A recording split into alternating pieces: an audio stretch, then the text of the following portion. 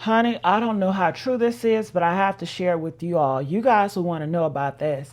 They are saying Jennifer Lopez, J-Lo, Jenny from the Block, you guys know she used to deal with Diddy. Yes, her and Diddy was a thing. She wanted to be down too. They are saying that Jennifer Lopez is responding to Cassie. She saw or heard Cassie testimony. Now they are saying she is fleeing, okay, because she is scared they're going to pull her in court and she's going to have to tell some things.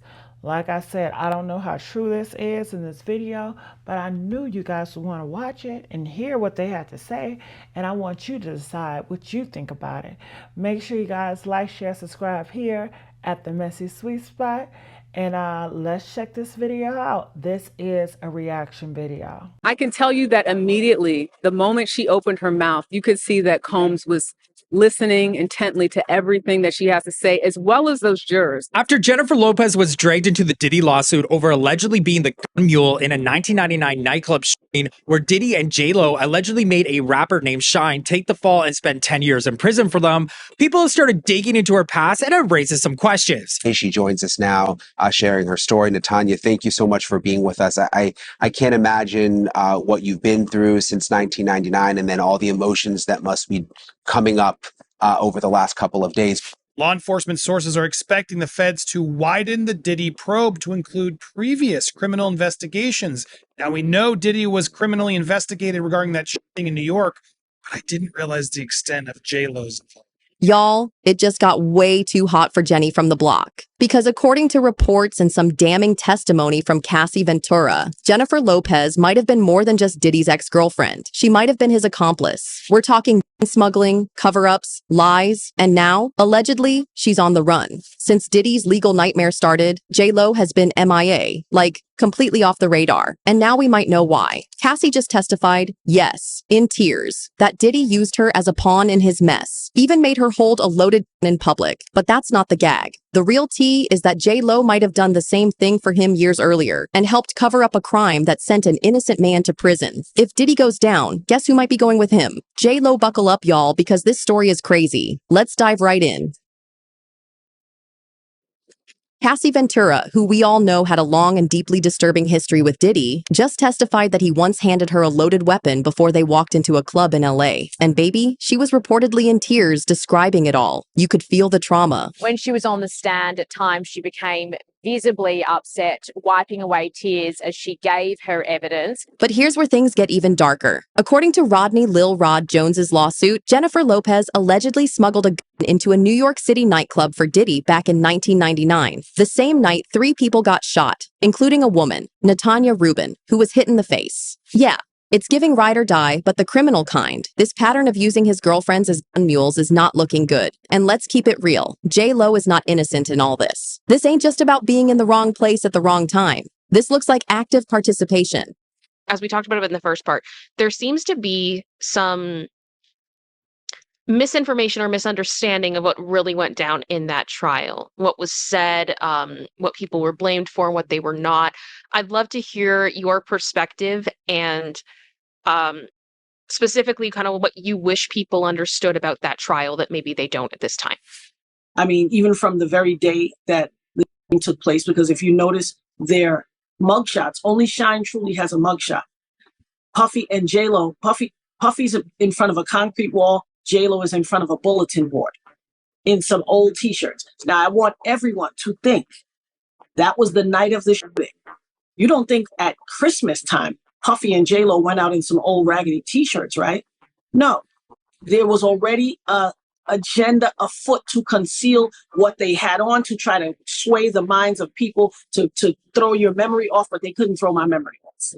And let's not forget, Diddy's own driver testified that J-Lo named Shine Barrow as the shooter that night. And if that's true, then not only did she carry the weapon, but she allegedly helped Diddy frame Shine, who ended up serving serious time for something he may not have even done. Now, for those who don't know, Shine has spoken out for years saying Diddy is not his friend and that he was set up. And guess what? Former Bad Boy security head Gene Deal claimed Diddy once said he hated Shine. So, this framing thing, it's not out of the realm of possibility. That's real talk. But I gotta ask you, right? I seen a trailer for a Sean documentary that you in. How did that come about? You being in that documentary? Well, I was there doing that whole trial with Sean and Puff. Puff said, I hate that motherfucker. Blake. He told me that. And that's when they was on trial with each other. Now, we already know Shine got done real dirty, but it gets worse. Diddy allegedly handpicked the people who testified in that 1999 trial. Word on the street is, he didn't just let the legal system play out, he allegedly stacked the deck. And here's the kicker. J-Lo was in on it. According to multiple insiders, Diddy and J-Lo worked behind the scenes to bury Shine, training witnesses to say what they needed to say, and, get this, allegedly even bribing members of the jury. Anybody that was there, I know this young lady said Puff did the shooting. What I was told by Wolf himself, and he spoke very little about it because he had mad love for Sean.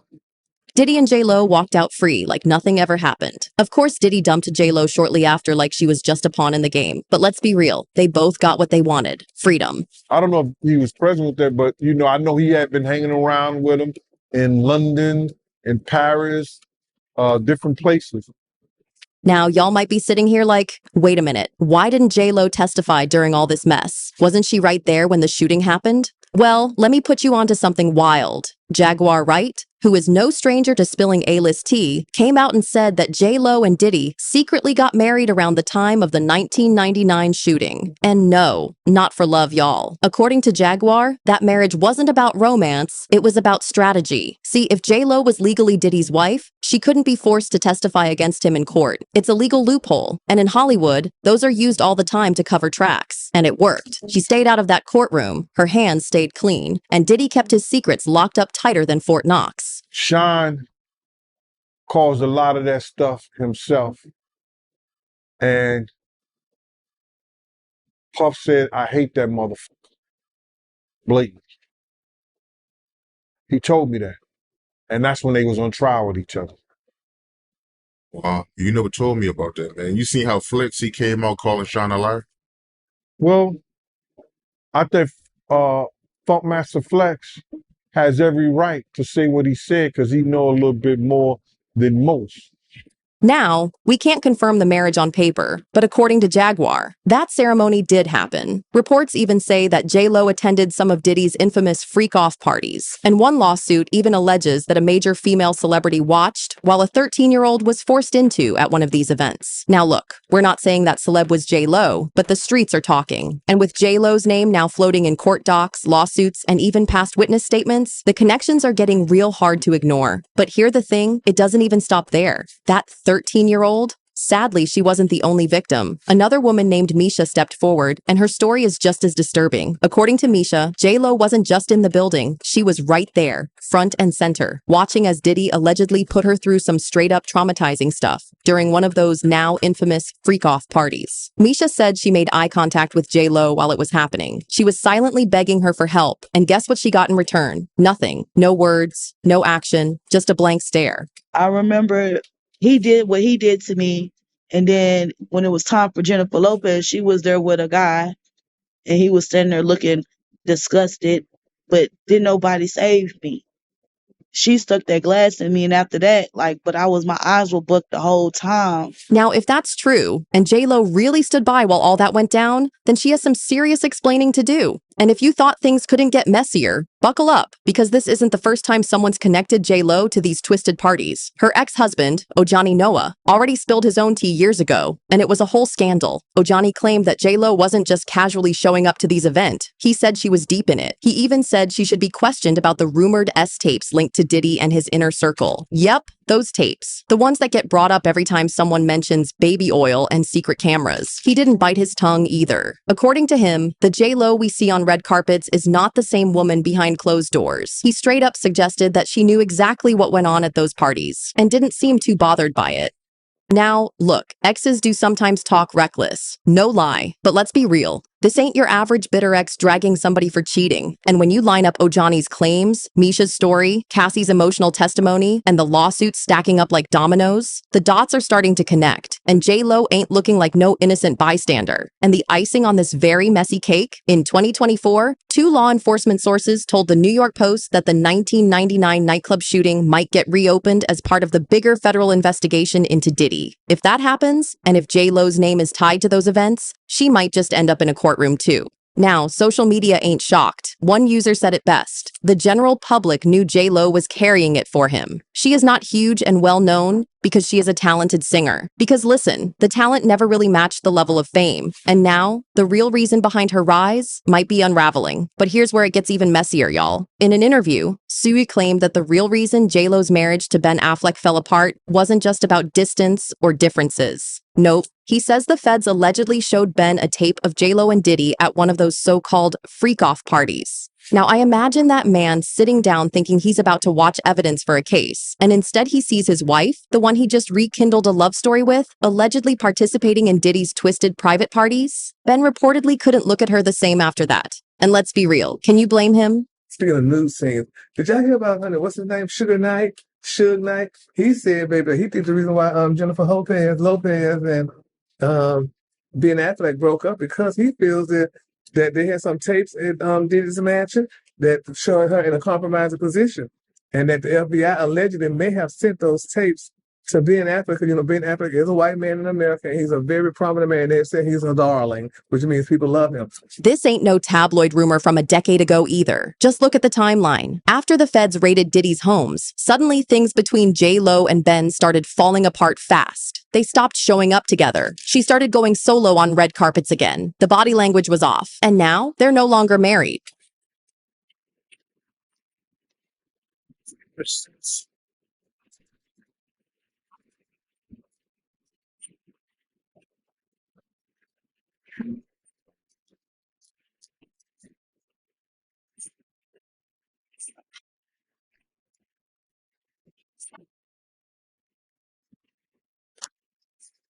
J-Lo might have been playing quiet and classy for the media all these years, but these court documents are painting a very different picture. If these allegations are even halfway true, then this ain't no rom-com. This is turning into a crime doc. Now, speaking of courtroom drama, Cassie has been going off on Diddy, and with everything she's been exposing, it's honestly no surprise that J-Lo has allegedly dipped out of sight. Like, where is she even hiding? 'Cause Cassie's testimony? Ooh. It's been getting darker by the day. She said Mr. Combs basically wanted to own her life, allegedly paying for everything, her house, her cars, her phone, and would take it all away just to punish her. Total control. She testified, control was everything, from the way that I looked to what I was working on. But then, that control turned violent, and I'm talking real violent. Cassie broke down in court, saying Diddy would her head, knock her over, drag her, and kick her. She described swollen lips, black eyes, and literal knots on her forehead. Then prosecutors got into the freak-offs, and that's when it went from disturbing to just plain horrifying. Cassie testified that Diddy introduced her to these twisted parties during the first year of their relationship. He would allegedly hire male escorts and strippers to have sex with her while he watched. And y'all, these weren't just one-time things. Some of these events lasted up to 4 days. She said they were so exhausting, she needed a recovery period from uses of drugs and the physical exhaustion of the activities at play.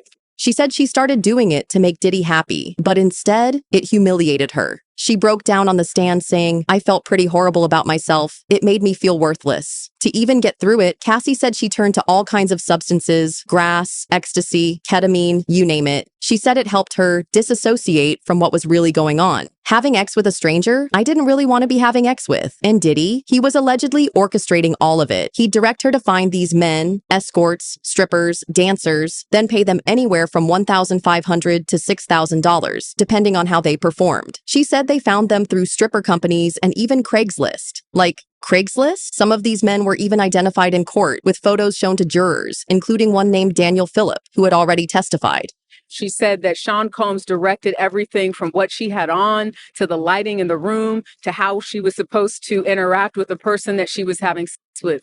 And again, just to reiterate what is a freak off, The Freakoff essentially was something that Cassie said she learned about through Sean Combs about a year into their relationship. He described it as voyeurism, wanting to watch her have sex with someone else. And she said that she did it because she was 22, 21. She was young. She didn't know any better, and that she wanted to please Sean Combs. And at some point in time, she actually had said that she looked forward to the freak-offs. Why did Cassie express looking forward to these said freak-offs? When the prosecution asked her, was there ever a time that you enjoyed the freak-offs? This is when Cassie got choked up and she said, I did, but only because I got to spend one-on-one time with Combs.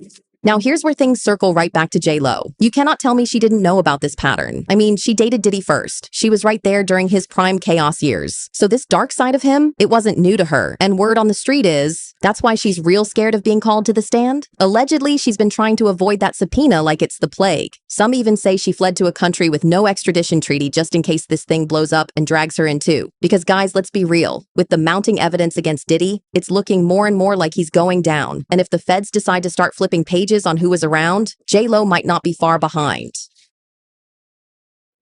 So now I want to hear from y'all. Do you think J-Lo's about to be the next big name to fall in Diddy's growing scandal? Was she really helping him behind the scenes this whole time? Or is she just caught up in the crossfire? Drop your thoughts in the comments down below. Don't hold back because this is too juicy. Make sure you smash that like button, subscribe, and hit that bell notification.